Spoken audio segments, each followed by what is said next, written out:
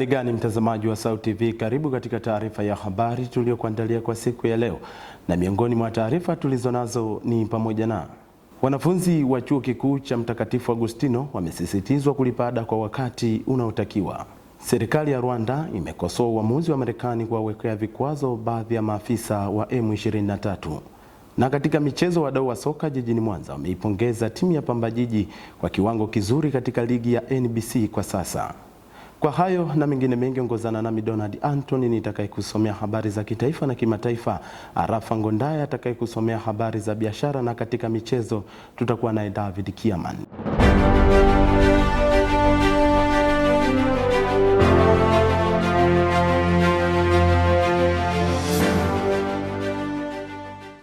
Na tuanze na habari za kitaifa, tukianzia hapa jijini Mwanza katika ndaki la Chuo Kikuu cha Mtakatifu Agustino.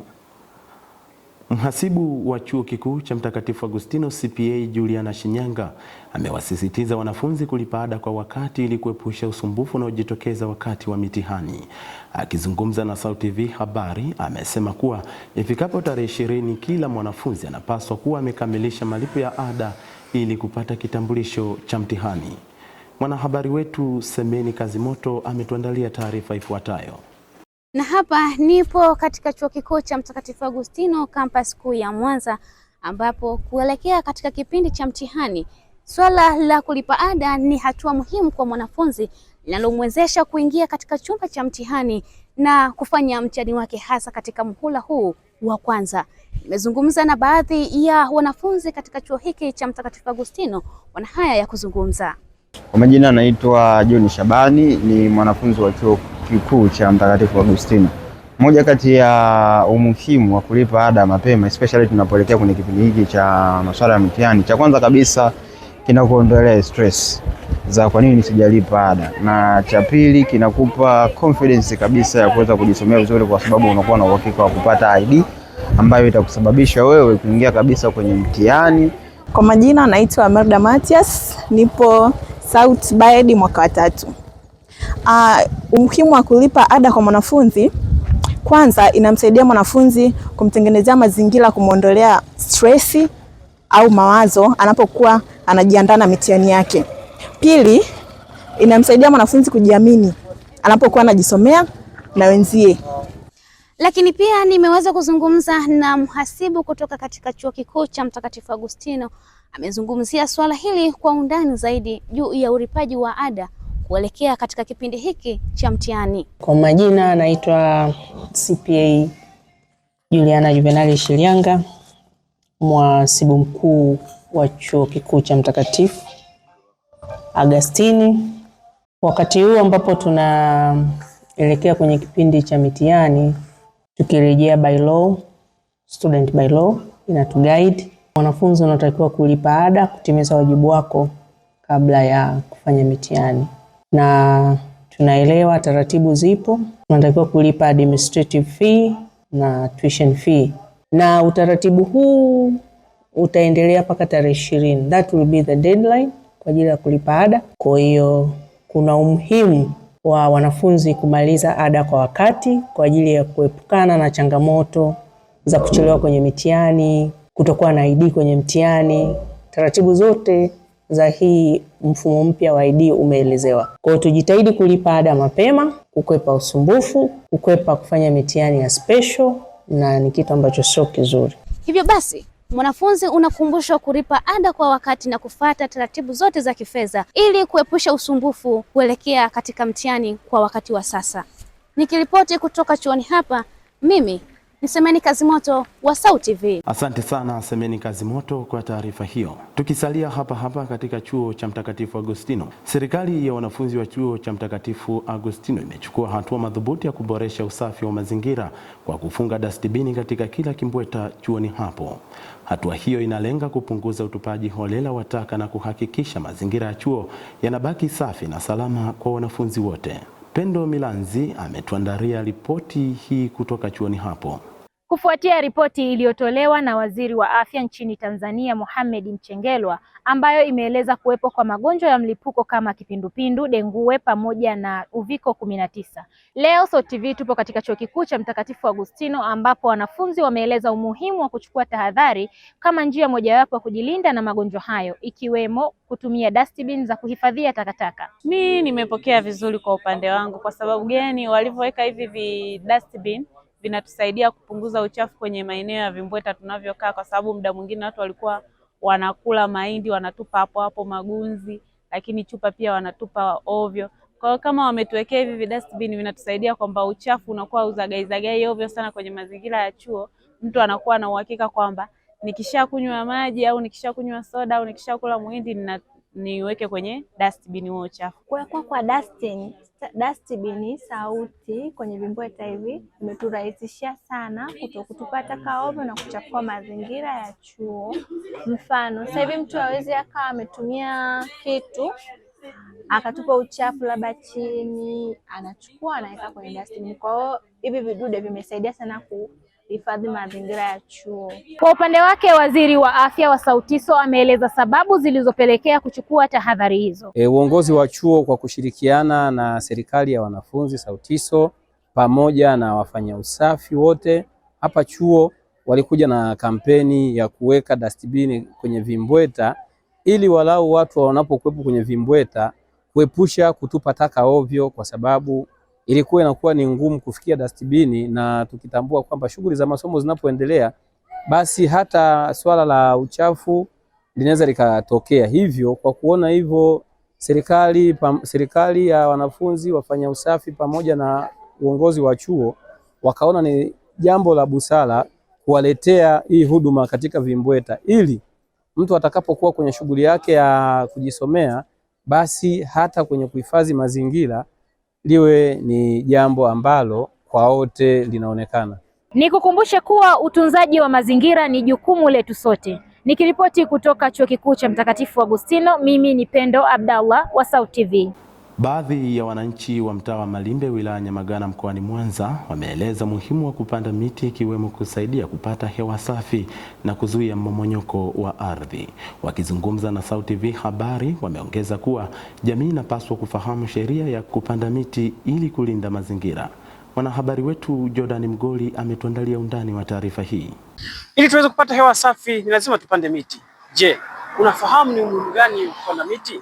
SAUT TV imezungumza na wadau mbalimbali na wamekuwa na haya kueleza kuhusu umuhimu wa upandaji wa miti. Okay, kwa majina naitwa Elian Jacob Alex, ni mwanafunzi wa BAED mwaka wa 3. Upandaji wa miti au miti ina umuhimu mkubwa katika maisha ya binadamu. Kwanza, miti inatusaidia kupata hewa safi. Vile vile miti inatusaidia kupata mvua za kutosha au hewa. Vile vile miti inatusaidia kutengeneza makazi kwa viumbe wengine, yani au wanyama na ndege. Hivyo na waasa wanajamii waone umuhimu wa kupanda miti kwa sababu ina umuhimu mkubwa sana katika maisha yao.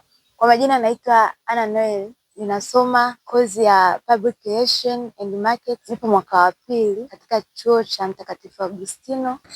Yaani kitendo cha kupanda miti katika maisha yetu ya kila siku inatusaidia upatikanaji wa mvua. Hata tunapoona kwamba sehemu ambapo wanapanda miti ni sehemu ambapo hata mvua zao huwa ni mvua nyingi. Lakini pia unasaidia upatikanaji wa vyakula kama matunda kwa wanyama, hata kwa binadamu. Kwa majina naitwa Miligai Michael Ibrahim, ni mkazi wa Malimbe. Kwa mimi ninavyofahamu, kuna umuhimu mwingi wa upandaji wa miti.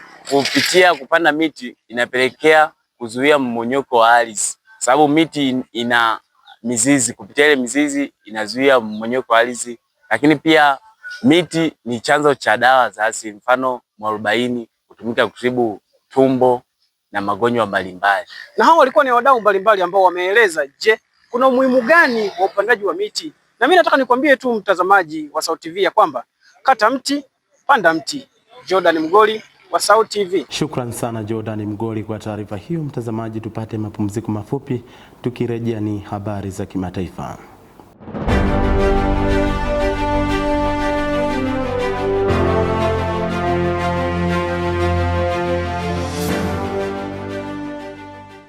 Karibu tena mtazamaji wa SAUT TV. Hivi sasa ni wakati wa kuiangazia yale yaliyotokea nje ya mipaka ya Tanzania. Serikali ya Rwanda imekosoa uamuzi wa Marekani kuwawekea vikwazo baadhi ya maafisa wanne wa ngazi za juu wa jeshi la taifa hilo kwa tuhuma za jeshi la Rwanda kuunga mkono vikosi vya waasi wa M23 wanaosadikika kuvuruga amani mashariki mwa Jamhuri ya Kidemokrasia ya Kongo, hali inayopelekea Rwanda kulaani amri hiyo ya Marekani ya hivi karibuni. Tukiendelea huko Mashariki ya Kati, mamia ya wanaharakati wanaopinga vita vinavyoendelea Mashariki ya Kati wamefanya maandamano makubwa katika eneo la Manhattan jijini New York. Waandamanaji hao wamejitokeza kupinga mashambulizi yanayofanywa na Marekani dhidi ya Jamhuri ya Kiislamu ya Iran, huku ikidaiwa kuwa hatua ya kijeshi ya Marekani na Israeli nchini Iran kuwa ni uchokozi wa wazi. Mwandishi wetu Beatrice Kaitaba anaeleza kwa kina juu ya habari hizi za kimataifa. Tukianzia barani Afrika, kauli hiyo ya Rwanda imekuja baada ya vikwazo hivyo vilivyotangazwa na Wizara ya Fedha ya Marekani kusema M23 inapata nguvu kuendelea kuishambulia DRC kutokana na kupata ushirikiano kutoka jeshi la Rwanda. Vikwazo hivyo vimewalenga maafisa wanne wa ngazi za juu ndani ya jeshi la Rwanda. Miongoni mwao ni mkuu wa jeshi la Rwanda Jenerali Mubarak Muganga, mdhamini mkuu wa jeshi Vincent Nyakarundi, pamoja na makamanda wengine wawili wa ngazi za juu. Aidha, Marekani imeongeza kuwa mali zao nchini Marekani sasa zimezuiliwa na raia wa Marekani wamezuiliwa kufanya biashara nao. Marekani imesema lengo la vikwazo ni kulinda raia na kuhimiza amani ya kudumu katika eneo hilo. Kwa upande wa Rwanda, haikubaliani na kauli hiyo kupitia kauli yake kuwa hatua ya Marekani inawakilisha vibaya ukweli na kupotosha ukweli unaozunguka mzozo huo. Sambamba na hilo, Kigali imeishutumu serikali ya DRC kwa kukiuka mara kwa mara makubaliano ya kusitisha mapigano kupitia mashambulizi ya ndege zisizo na rubani na mashambulizi ya ardhi, jambo ambalo Kongo DRC imekuwa ikikana na kuirushia Rwanda mzigo wa lawama na kuacha kutumia kikosi cha M23 kuvuruga amani ya taifa hilo.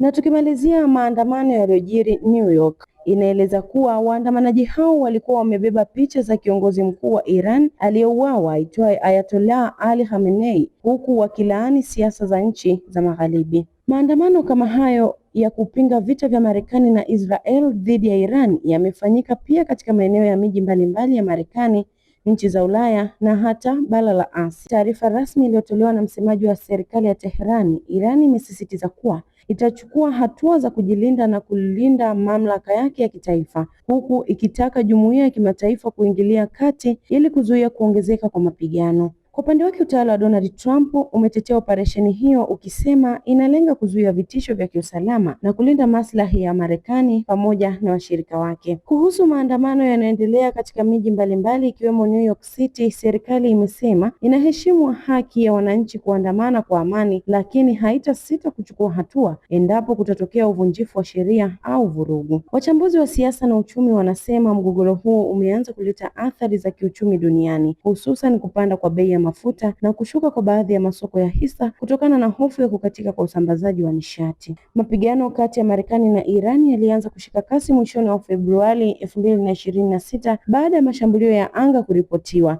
na tangu wakati huo hali imeendelea kuwa tete, huku juhudi za kidiplomasia zikijaribu kutafuta suluhu ya amani. Beatrice Kaitaba, SAUT TV. Shukran sana Beatrice Kaitaba kwa taarifa hizo za kimataifa. Tupate mapumziko mafupi, tukirejea tutaungana na Arafa Ngonda atakayekusomea habari za biashara. Endelea kusalia nasi.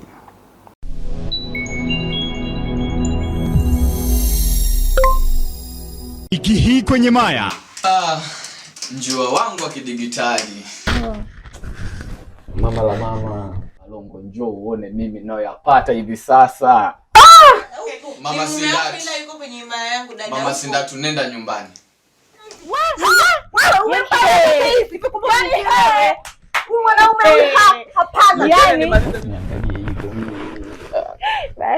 Basi najisikia vibaya, huyu mtoto utaniua mimi. Leo umevaa suti wetu. Kila siku Jumatano saa 11 kamili jioni usikose kutazama Maya kupitia kurasa wetu wa YouTube @SAUT TV TZ. Maya, Maya, Maya, we. Maya, Maya, Maya, we.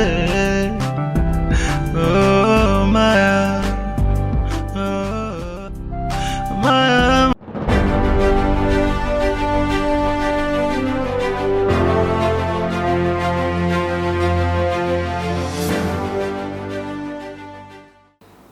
Karibu Karibu mtazamaji wa SAUT TV na sasa ni habari za biashara. Jina langu ni Arafa Ngondae. Wafanyabiashara na watumiaji wa bidhaa za vyakula wilayani Nyamagana mkoani Mwanza wamesema kupanda kwa bei ya bidhaa hizo kumepunguza mzunguko wa pesa. Ongezeko hilo la bei limejiri mara baada ya kuanza kwa kipindi cha Kwaresma na mfungo wa mwezi wa Ramadhani. Mvutano wa kisiasa katika Ghuba ya Uajemi umeingia hatua mpya baada ya Iran kutangaza kuwa itazilipua meli zozote zitakazojaribu kupita katika mlango bahari wa Hormuz. Hatua inayotishia kuvuruga usafirishaji wa takriban 20% ya mafuta na gesi duniani na kuongeza hofu ya kupanda kwa bei za bidhaa katika soko la kimataifa. Kwa taarifa hizi za biashara, tuungane na mwanahabari wetu Ian Frank. Ikiwa hivi sasa kuna ongezeko la bei za bidhaa muhimu kama za nafaka, baadhi ya wafanyabiashara na watumiaji wa bidhaa hizo wameeleza ni kwa namna gani ongezeko la bei linaathiri mzunguko wa pesa. Inakuja changamoto kwa mteja kumfahamisha bei mpya. Kama unapomwambia kwamba bei mpya inapokuwa kwamba bidhaa hii hata juma lililopita tulikuwa tunauza bei kadhaa, ila kwa kipindi hichi bei unakuta imepanda hada zaidi ya 1% ya zile bei ambayo ya zamani ilikuwa inayouzwa. Kwa hiyo changamoto inakuja pale mteja anapokuwa amekuja na kile kiwango cha bei ya zamani, unakuta anashindwa kuafford kununua kwa bei mpya. Sisi kama wafanyabiashara tunaotumia mafuta, hasa linakuja pale tunapokuwa wanapandisha mafuta, na sisi huku bidhaa zetu tunapandisha chakula, kuona kuta tunawapunguza wateja. Kwa majina anaitwa Mama Praise, ni mkazi wa Nyamarango. Kupanda kwa bei ya vitu kumeathiri sana kwenye maisha yangu na kwenye familia yangu. Kwa mfano, sukari imepanda bei. Mtoto wangu akesha kila asubuhi kabla hajaenda shule wanakunywa chai. Lakini kwa sasa hivi sukari ni 3,000 na hapo siwezi.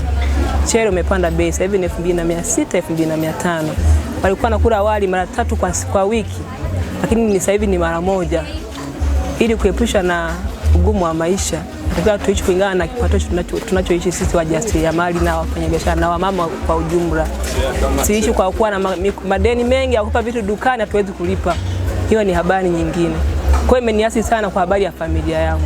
Na tukisalia hapa nchini Tanzania, kampuni ya mgodi wa dhahabu wa Geita GGML umetamatisha kilio cha miaka 25 cha maombi ya fidia kwa wakazi wa mtaa wa Nyakabale na Nyamalebo kwa kuahidi takriban shilingi bilioni 70 ili kupisha shughuli za mgodi. Ofisa mahusiano mwandamizi wa GGML Gilbert Moria amesema hayo katika kikao maalum cha bajeti cha ushauri mkoa kilicholenga kujadili utekelezaji wa bajeti ya mwaka 2025-2026.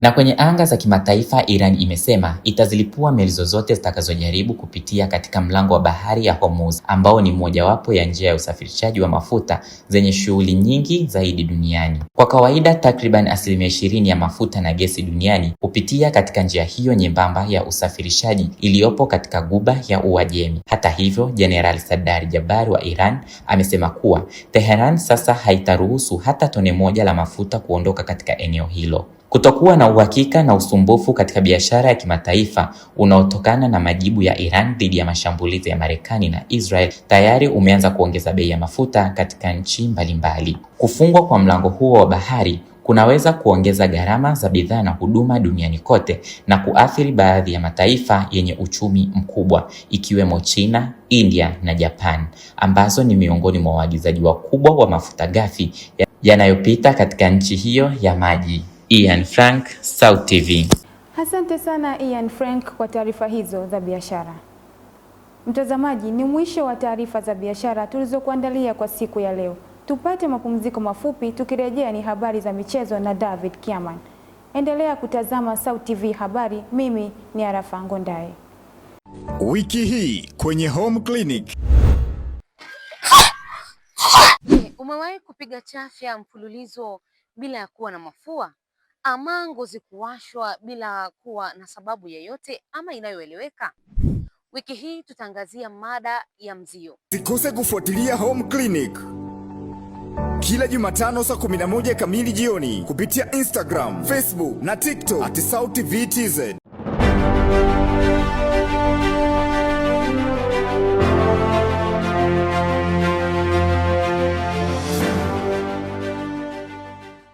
Ni matumaini yangu mzima wa afya mwana michezo mwenzangu. Karibu katika habari za michezo. Jina langu ni David Kiawani.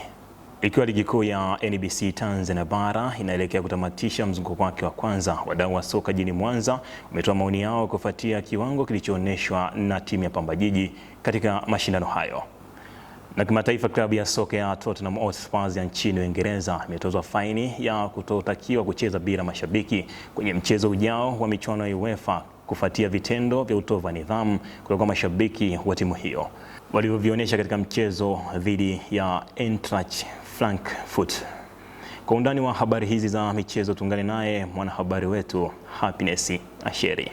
Ikiwa ligi kuu soka Tanzania bara inaelekea kutamatisha mzunguko wake wa kwanza, wadau wa soka jijini Mwanza wametoa maoni yao kufuatiwa na kiwango kilichoonyeshwa na timu ya Pamba Jiji FC hadi hivi sasa. Kwanza nipende kuwapongeza Pamba Jiji kutokana na namna ambavyo msimu huu wameweza kujipambanua kwenye ligi ya NBC, kwa sababu the way ambavyo wana perform wametuonyesha kwamba wana deserve kuendelea kusalia NBC Premier League. Ukiangalia namna ambavyo wanacheza kiwanjani, spirit yao ya upambanaji na namna ambavyo wachezaji wao ambao wamesajiliwa msimu huu wanakuwa na ile morali ya kuweza kufanya vizuri. Kwa hiyo wakiendelea kupush hivi tumeshuhudia wanaweza kubatwa na timu kubwa. Msimu uliopita Azam waliweza kupoteza alama kwenye uwanja wa CCM Kirumba, lakini msimu huu kwa maana wiki hii wameweza kuangusha pia alama, walilazimisha sare. Kwa hiyo the way ambavyo wataendelea kupush hivi timu kubwa nyingine zitakuwa zinakuja kwenye mkoa wa Mwanza na zitakuwa zinasaidia pia, ukiachilia mbali kwenye masuala ya kimichezo, lakini pia watakuwa wanasaidia kwenye masuala ya biashara. Kwa hiyo hata watu ambao wanafanya biashara, kwa maana watu wa hoteli na watu wengine wa biashara za kawaida, watakuwa wananufaika kutokana na ujio wa timu hizi nyingine kubwa kwenye swala la kimichezo. Kulingana na vigogo waliopo wanaocheza nao, na kubwa zaidi ni kutoa sare na mwamba Azam, matajiri wa ice cream. Tunavyoona Pamba Jiji amejitahidi sana mpaka kufika nafasi ya 4. Hivi sasa mimi kwanza natanguliza kumpongeza kwanza kwa sababu amejitahidi mpaka kufika nafasi ile, kwa sababu amewatoa vigogo wengi, Mashujaa, JKT ambao na wenyewe wamejaribu kufika nafasi ya 3, ila angalau wamejitahidi sana Pamba Jiji. Mimi cha kuwashauri, ningewashauri waongeze safu ya ulinzi na safu ya ushambuliaji ili zaidi kuendelea kumaintain kwenye nafasi yao.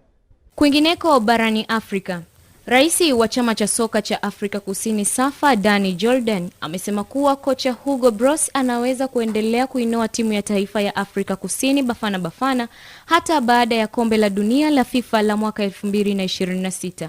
Broos ambaye atatimiza miaka 74 mwezi ujao atakamilisha miaka 5 kama kocha mkuu mwezi Mei, na hapo awali alidokeza kuwa anatarajia kustaafu kocha baada ya mashindano hayo makubwa ya dunia yatakayofanyika Marekani, Mexico na Canada. Hata hivyo, uongozi wa SAFA haujafunga kabisa milango ya mazungumzo kuhusu mustakabali wake baada ya mashindano ya Juni-Julai, kwa mujibu wa Jordan. Jordan amebainisha kuwa moja ya mambo yaliyoleta mafanikio kwa timu za taifa ni uthabiti na mwendelezo wa uongozi wa benchi la ufundi, ambapo aliongeza kuwa watu wengi wamekuwa wakiuliza kwa nini sasa timu zinafanya vizuri. Amesisitiza kuwa sababu ya mafanikio hayo ni rahisi, akimaanisha kuwa mipango madhubuti na uongozi thabiti vimechangia kupatikana kwa matokeo mazuri ya sasa. Na tukimalizia huko barani Ulaya, shirikisho la soka barani Ulaya UEFA limeitoza faini klabu ya Tottenham Hotspur na kuiwekea vikwazo vya kuuza tiketi za mechi za ugenini baada ya mashabiki watatu kufanya salamu za kinaz dhidi ya mashabiki wa Eintracht Frankfurt. Tukio hilo lilitokea Januari 28 katika uwanja wa Dutch Bank Park wakati wa mchezo wa ligi ya mabingwa Ulaya, ambapo Spurs waliibuka na ushindi wa mabao 2-0. Kwa mujibu wa UEFA, adhabu hiyo imetolewa kutokana na tabia ya kibaguzi wa baadhi ya wafuasi wa klabu hiyo. Salamu za kinazi zinahusishwa na itikadi ya ubaguzi iliyotumika na utawala wa Adolf Hitler nchini Ujerumani. Hata hivyo, vikwazo vya uuzaji wa tiketi za ugenini vimesimamishwa kwa kipindi cha majaribio cha mwaka mmoja, ikiwa ni onyo kwa klabu hiyo kudhibiti tabia za mashabiki wake. Mbali na vikwazo hivyo, Tottenham imetozwa faini ya pauni 26,000 sawa na euro 30,000 pamoja na pauni 1,966 sawa na euro 2,250 kufuatia mashabiki wake kurusha vitu uwanjani. Katika taarifa yake, Spurs imesema tabia ya mashabiki hao wachache ilikuwa ya kuchukiza kabisa na haiwakilishi maadili ya klabu wala wafuasi wake kwa ujumla. Klabu imethibitisha kuwa watu wote watatu wametambuliwa na wamepewa marufuku isiyo na muda maalum. Mimi ni Happiness Yasheri wa Sauti. Asante sana Happiness Yasheri kwa taarifa hizo za michezo. Hadi kufikia hapo sina la ziada katika michezo kwa siku ya leo. Mimi ni David Kiamani, na sasa nirudishe kijiti kwake Donald Anthony kwa kuhitimisha habari kwa siku ya leo. Asante sana David Kiamani kwa taarifa hizo za michezo. Na mtazamaji, taarifa hizo za michezo zinatutamatishia taarifa ya habari kwa siku ya leo, lakini kabla ya kumaliza taarifa ya habari tupate tena muhtasari wake. Wanafunzi wa Chuo Kikuu cha Mtakatifu Agustino wamesisitizwa kulipa ada kwa wakati unaotakiwa. Serikali ya Rwanda imekosoa uamuzi wa Marekani kuwawekea vikwazo baadhi ya maafisa wa M23. Na katika michezo, wadau wa soka jijini Mwanza wameipongeza timu ya Pamba Jiji kwa kiwango kizuri katika ligi ya NBC kwa sasa. Hadi kufikia hapo sina la ziada. Kwa niaba ya wote walioshiriki kuandaa taarifa hii ya habari, jina langu ni Donald Anthony, nikutakia utazamaji mwema wa vipindi vingine kutoka hapa Sauti TV. Uwe na wakati mwema.